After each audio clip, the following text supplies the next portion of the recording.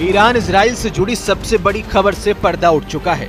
21 दिन बाद ईरान के सुप्रीम लीडर अली खामनेई ने जिस तरह से तेहरान में सबके सामने आए हैं, उसने इजराइल और अमेरिका के होश उड़ा दिए हैं। ईरानी और पश्चिमी मीडिया में खामनेई के प्रकट होने को ईरान के एटम बम से जोड़कर देखा जा रहा है।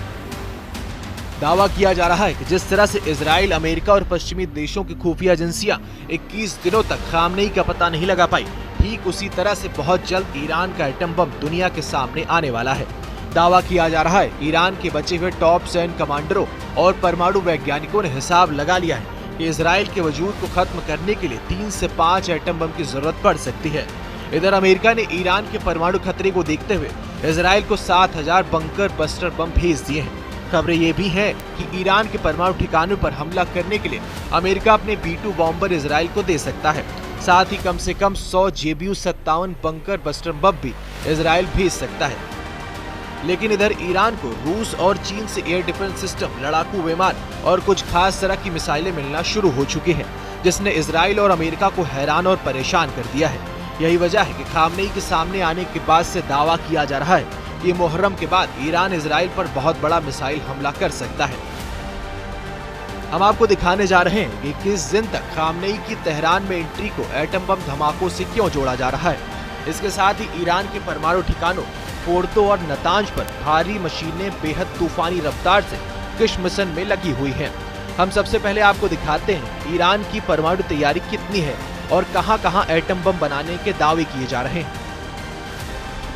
ये दावे क्यों किए जा रहे हैं कि 21 दिन बाद सुप्रीम लीडर अली खामनेई के सामने आने के बाद से ईरान पूरी ताकत से इजराइल पर हमला करने जा रहा है। हम आपको इन दावों से जुड़ी 2 खबरें एक के बाद एक दिखाते हैं। पहली है ईरान के परमाणु बम से जुड़ी, जिसका सबसे बड़ा सबूत अंतर्राष्ट्रीय परमाणु एजेंसी IAEA के बयानों और सबूतों से मिल रहा है। हम आपको बता दें कि 22 जून को अमेरिका ने ईरान के 3 परमाणु ठिकानों फोर्दो, नतांज और इस्फहान पर भयंकर हमले B-2 बॉम्बर से किए थे, जिसमें दावा किया गया था कि ईरान के तीनों परमाणु ठिकानों पूरी तरह से तबाह हो गए हैं। लेकिन बाद में अमेरिकी रक्षा खुफिया एजेंसी यानी DIA ने दावा किया कि फोर्दो एटमी ठिकानों को वैसे नुकसान नहीं हुआ है जैसे दावा किया जा रहा है। इस दावे के बाद ईरान के एटमी ठिकाने से गायब हुआ 408 किलो संबंधित यूरेनियम को लेकर इजराइल और अमेरिका में हड़कंप मच गया। अब दावा किया जा रहा है कि ईरान एटम बम बनाने के बेहद करीब है, जिसके संकेत साफ मिल रहे हैं।